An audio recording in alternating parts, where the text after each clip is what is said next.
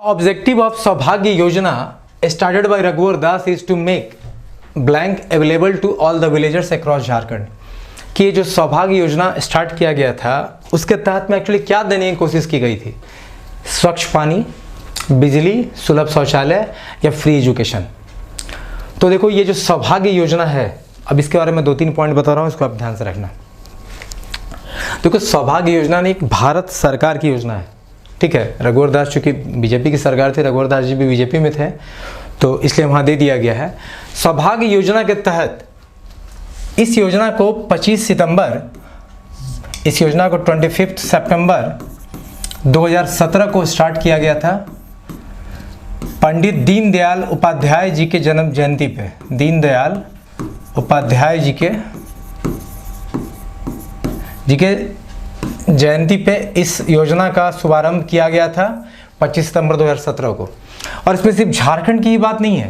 ये देखो ये जो सौभाग्य योजना है ना, ये इलेक्ट्रिसिटी की हर गांव में बिजली सही ढंग से पहुंच जाए, इसके लिए इस योजना का शुभारंभ किया गया था। तो झारखंड हो, बिहार हो, यूपी हो, जम्मू कश्मीर हो, दिल्ली हो, मध्य प्रदेश हो, उड़ीसा हो, जितने भी ऐसे गांव हैं जहां पे बिजली नहीं पहुंची है, उन सारे जगहों में बिजली पहुंचाने का टारगेट भारत सरकार ने रखा था। और ये इसीलिए सौभाग्य योजना जो है किससे जुड़ा हुआ है? इलेक्ट्रिसिटी से जुड़ा हुआ है। ये 25 सितंबर 2017 को लॉन्च हुआ था पंडित दीनदयाल उपाध्याय जी की जयंती पे। ये भारत सरकार की एक योजना है, ठीक है। तो आप इतना याद रखना। सो क्वेश्चन नंबर 21 का आंसर क्या होगा? B is the correct answer. अब क्वेश्चन नंबर 22 देखो। The famous Chuttupalu valley known as Lalki Ghati is located in this district. कि चुट्टूपालू वैली जो है, जिसे कि ललकी घाटी भी कहते हैं, वो किस डिस्ट्रिक्ट में है? ललकी घाटी या पालू वैली, आप देखना दोनों एक ही नाम है। ये एक्चुअली रामगढ़ डिस्ट्रिक्ट में है। कहाँ पे है? रामगढ़ में है। बहुत लोगों को पता भी होगा, ठीक है। सो आंसर क्या है इसका? Answer is a. Chuttupalu valley या ललकी घाटी कहाँ है? तो रामगढ़ में है। सो क्वेश्चन नंबर 22 का जो आंसर है ए, रामगढ़ है। 23 देखो। Identify the mismatch. अब इसमें से बताओ कि कौन सा गलत है। मैंने लगभग 10 या 11 टेम्पल का जिक्र किया था, आप जाके देखना न्यू स्टेट में, उसी में से एक क्वेश्चन आया हुआ है। बैद्यनाथ टेम्पल सबको पता है देवघर में है, तो ये मिसमैच तो है नहीं। जगन्नाथ टेम्पल मैक्सिमम को पता है रांची में है, तो ये भी मिसमैच नहीं है। अब ये दोनों देखो, तपोवन टेम्पल क्या रामगढ़ में है और हल्दी घाटी टेम्पल गुमला में है। तो मैं आपको बताऊं कि हल्दी घाटी टेम्पल भी गुमला में है, तपोवन टेम्पल ये मिसमैच है। तपोवन टेम्पल कहाँ है? तपोवन टेम्पल एक्चुअली में देवघर में है। कहाँ है? देवघर में है। तपोवन टेम्पल एक्चुअली कहाँ है? तो देवघर में है। याद रखना जिनको पता नहीं है। So B is the correct answer. ये मिसमैच है। Baidyanath temple, Basuki temple, Tapovan temple सब देवघर में है, हल्दी घाटी गुमला में है, जगन्नाथ टेम्पल रांची में है, सन टेम्पल कहाँ है? सन टेम्पल भी रांची में ही है, याद रखना आप, ठीक है। सो 23 का आंसर क्या होगा? बी होगा। अब देखो 24। The recorded forest area makes up blank of the geographical area of Jharkhand. Jharkhand में कितना परसेंट फॉरेस्ट है? झारखंड में कितना परसेंट फॉरेस्ट है? लगभग 29 से 30%। रिकॉर्डेड फॉरेस्ट एरिया झारखंड में कितना है? लगभग 29 से 30%। यहाँ बी है। सो इसका आंसर क्या होगा हमारा? बी 29.61। कहीं आपको 29 मिलेगा, कहीं 29.6 मिलेगा, कहीं 30 मिलेगा। तो बेसिकली झारखंड में जो रिकॉर्डेड फॉरेस्ट एरिया है ना, जो रिकॉर्डेड फॉरेस्ट एरिया है वो लगभग 29.6% है। So B is the correct answer. अब क्वेश्चन नंबर 25 को देखते हैं। क्वेश्चन नंबर 25 में आपको बताऊं बहुत इंपॉर्टेंट है, बहुत बार रिपीट हुआ है, इसलिए आप इसको जरूर से जरूर याद रखना कि झारखंड में फॉरेस्ट टाइप जंगल के प्रकार कितने हैं? इनमें से कौन कौन प्रकार के जंगल पाए जाते हैं? क्या tropical humid deciduous, tropical dry deciduous, सब ट्रॉपिकल एक्सटेंसिव माउंटेन फॉरेस्ट या all of these? Jharkhand has forest type. इनमें से कौन कौन टाइप के फॉरेस्ट झारखंड में पाए जाते हैं? सो correct answer of this question is D, all of these. आप डायरेक्टली याद रखो। जिन्होंने बहुत कुछ नहीं पढ़ रखा फॉरेस्ट के बारे में, आप इसको जरूर याद रखना। ये क्वेश्चन 2 से 3 बार रिपीट हुआ है, ठीक है। कि झारखंड में फॉरेस्ट टाइप कैसा है? ये तीनों टाइप के हैं। ट्रॉपिकल ह्यूमिड भी है, ट्रॉपिकल ड्राई डिसीडियस भी है, सब ट्रॉपिकल एक्सटेंसिव माउंटेन फॉरेस्ट ही पाए जाते हैं। So D is the correct answer, all threes. ये तीनों टाइप के फॉरेस्ट टाइप झारखंड में पाए जाते हैं। अब क्वेश्चन नंबर 26 को देखो कि लाओलॉन्ग वाइल्ड लाइफ सेंचुरी कहाँ है। लाओलॉन्ग वाइल्ड लाइफ सेंचुरी कहाँ है। मैंने बहुत विस्तृत से वाइल्ड लाइफ सेंचुरी के बारे में बात करी थी, कब बना, कितने स्क्वायर फीट में है, ठीक है, किसके आसपास है, किस सिटी में है, पिक्चर से मैंने दिए थे, किस किस चीज़ के लिए, कौन सा फ्लोरा फाउना के लिए फेमस है, मैंने वो सब बताया हुआ था। वहाँ ही मैंने लाओलॉन्ग का जिक्र किया था। अभी मैं सिंपली बता दे रहा हूँ आपको कि लाओलॉन्ग वाइल्ड लाइफ सेंचुरी जो है चतरा डिस्ट्रिक्ट में है। कहाँ है? चतरा डिस्ट्रिक्ट में है। B is the correct answer कि लाओलॉन्ग वाइल्ड लाइफ सेंचुरी कहाँ है, तो ये चतरा डिस्ट्रिक्ट में पाया जाता है। अब क्वेश्चन नंबर 27 देखो, after the state of Jharkhand was formed, कितनी बार झारखंड बनने के कितनी बार प्रेसिडेंट रूल लग चुका है, राष्ट्रपति शासन झारखंड बनने के बाद कितनी बार अभी तक लग चुका है? 2 बार, 3 बार, 4 बार कि 5 बार?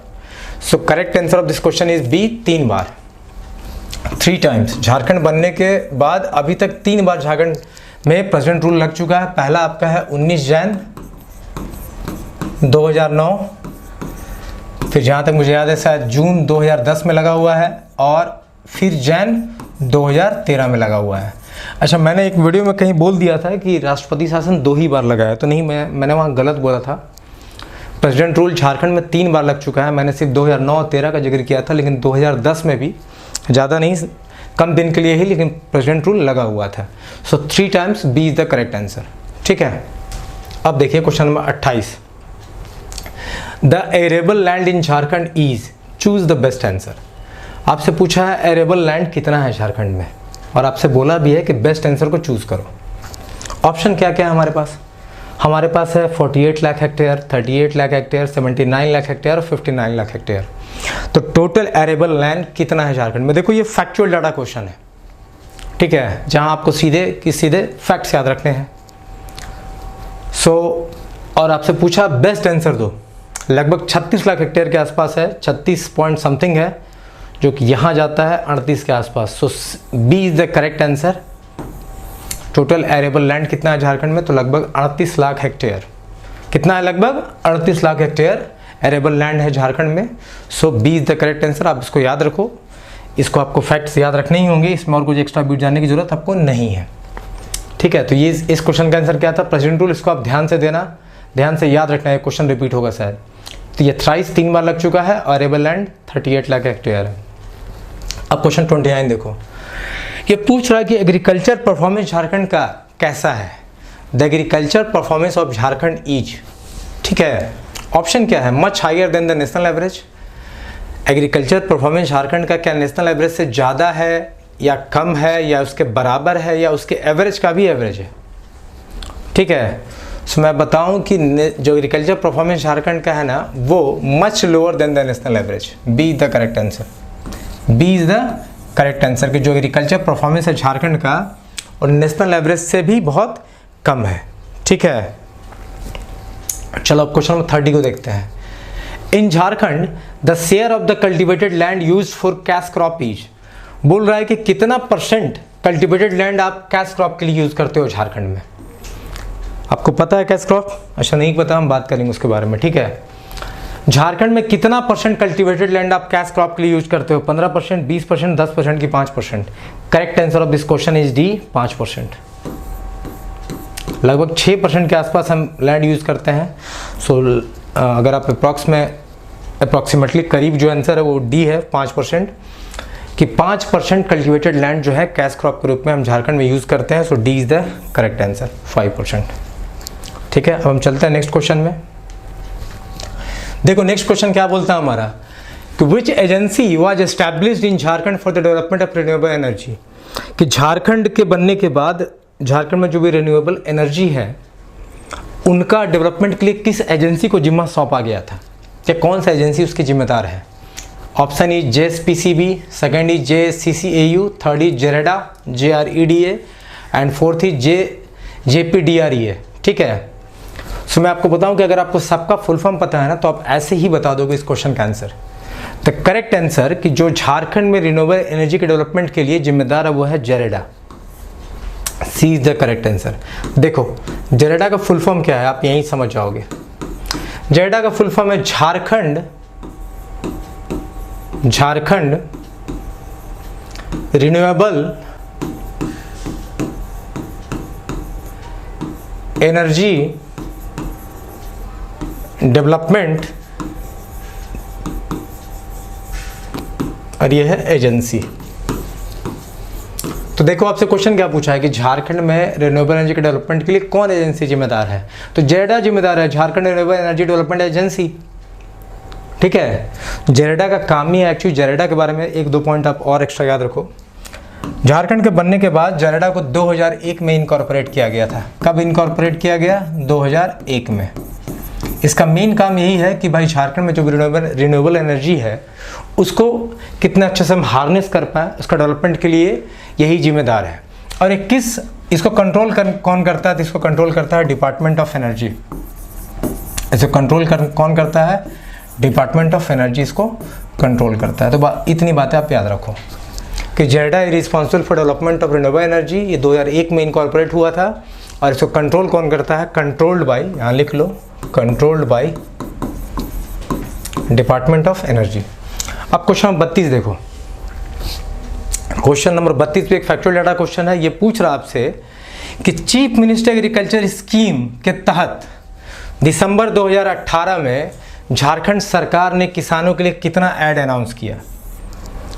Chief minister, I am repeating the question, chief minister agriculture scheme के तहत दिसंबर 2018 में झारखंड सरकार ने फार्मर के लिए कितना ऐड अनाउंस किया था? वो है 2250 करोड़। कितना है? B, 2250 crore is the correct answer. कि झारखंड सरकार ने दिसंबर 2018 में चीफ मिनिस्टर एग्रीकल्चर स्कीम से किसानों को लगभग 2250 करोड़ की राहत कोष राशि आवंटित की थी। ठीक है, सो 32 का आंसर क्या हो गया? B. B is the correct answer.